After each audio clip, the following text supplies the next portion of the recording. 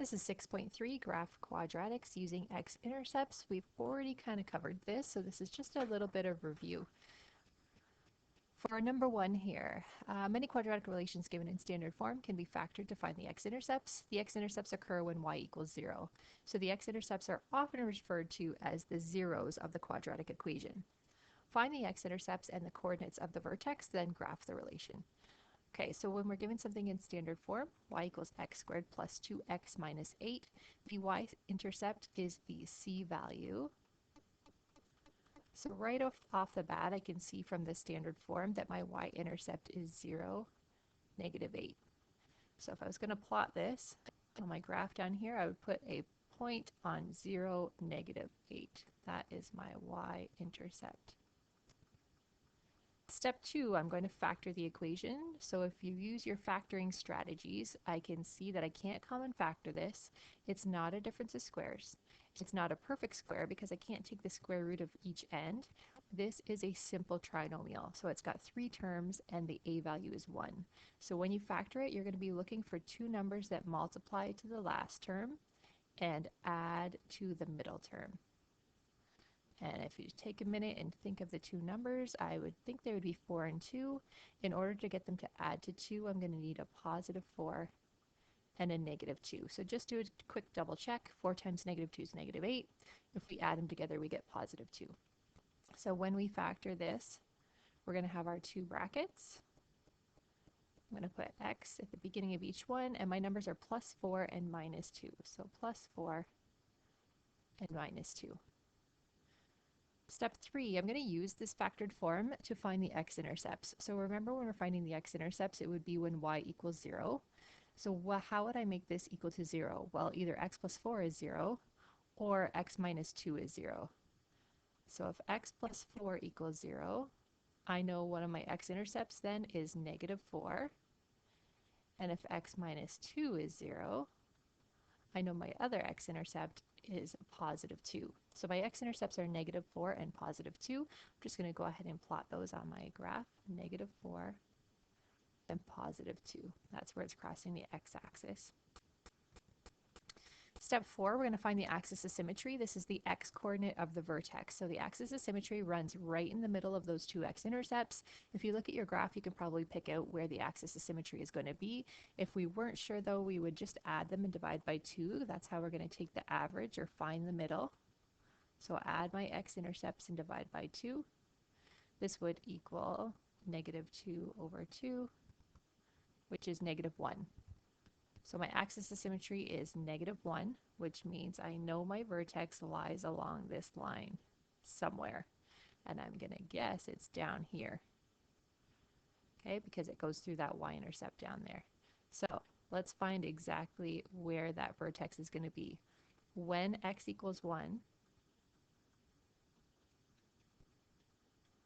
y equals, let's find y. I'm going to rewrite the equation, x squared plus 2x minus 8. X squared plus 2x minus 8. And I'm going to put my negative 1 in for x. Okay, I'm going to plug this in my calculator in one step, and I'm going to get a value of negative 9. So that means my vertex is when x is negative 1 and y is negative 9. So negative 1, negative 9. On my graph then, negative 1, negative 9. My vertex is down there. And I'm just going to try to connect these with a smooth curve.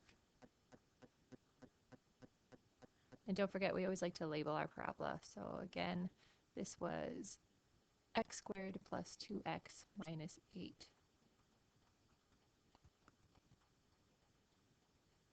Okay, so that's graphing using standard form by factoring first to find our x-intercepts, then using the axis of symmetry to find our vertex.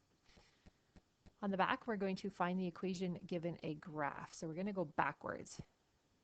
Okay, if we are given the graph, and I'm going to use factored form, step 1 is to find the zeros or the x-intercepts. So if I look on my graph here, just watch the scale because every square is not 1, it's actually a half. So this is the negative 1 and negative 2. So one of my x-intercepts is negative 1.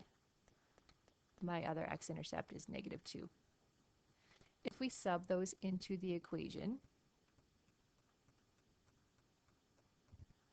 going to make that smaller because I'm going to do 2 lines here. Y equals A. My first x-intercept is -1. So don't forget up here, you're subtracting the x-intercept. So I'm actually subtracting a negative in this case. And my other one, I'm subtracting the other x-intercept, which again, I end up subtracting a negative. So watch what happens here.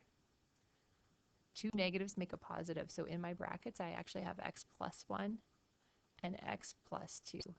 And that actually makes sense. If you think about what you would have to put in for x to make this 0, it would be -1 and -2. So now we're going to use a point on the graph to find A. So if I look on my graph here, I'm just going to pick a nice point. 0, -4. That's not the only nice point on this graph. However, it's the one that just jumps out at me because it's the y-intercept. So I'm going to sub in my x and my y value. Sub in 0, -4. So from my equation above, instead of a y, I'm going to put in -4. I'm going to keep that a there. Instead of an x, I'm going to put a 0. Instead of this x, again, I'm going to put a 0. And then I'm just going to simplify this. So inside my brackets, I'm going to have a 1 and a 2, which means -4 is 2a. And if I want to get a all by itself, that means a is -2. Part D says write out your final equation. So I'm just going to take the equation from part B, but now I have my a value. So I'm just going to put in my a value of -2 and then rewrite the equation here. So that's the equation of that parabola in factored form. Now it's asking me to put it in standard form. So when you put it in standard form, we're going to expand this or FOIL. Expand. And when I have a number out in front like that, I just wanted to make sure I distribute it into the first bracket only. Do not distribute it into both brackets, just the first bracket. Okay, and now I'm going to FOIL. So we're looking at the first. First is -2x squared. My outside 2 is going to give me -4x. Don't forget we're multiplying. My inside 2, -2 times x is -2x. And my last 2, -2 times 2 is -4. -4. Okay, I'm just going to simplify by combining my 2 middle terms. And then you have the equation in standard form. So let's try it again. They haven't listed the steps here, so we're going to have to follow our steps one by one. So here is my graph. I'm going to pick out the x-intercepts. So I see one at -5 and +2. So one of my x-intercepts is -5. My other x-intercept is +2. I'm just using r and s because when we write out our equation, we have x minus r, x minus s. So let's substitute these values in. X subtract -5 and x subtract 2. Again, I get 2 negatives in this one bracket, so I'm going to make sure that I change that to a positive. And now I need to find my a value. So you're going to look again on your graph to find a nice point. I'm actually going to use the point that they give us. So I'm going to sub in the point -124 as my x and my y. So instead of my y, I'm going to put a 24. Instead of an x, I'm going to put a -1. And this x will become -1 as well. And I'm going to go ahead and simplify that. So I get -3. 4 times -3 is -12. Which means my a value is -2.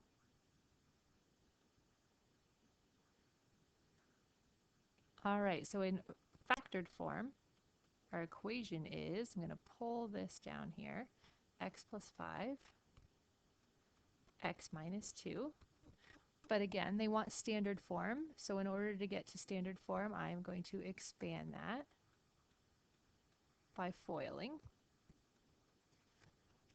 And because I have a number out front, I just want to make sure I distribute that inside the first bracket only. And I'm going to leave that second bracket alone.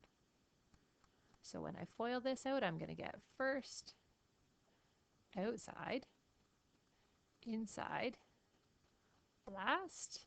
And then I'm just going to make sure to combine those two middle terms. And there you have it. That's standard form.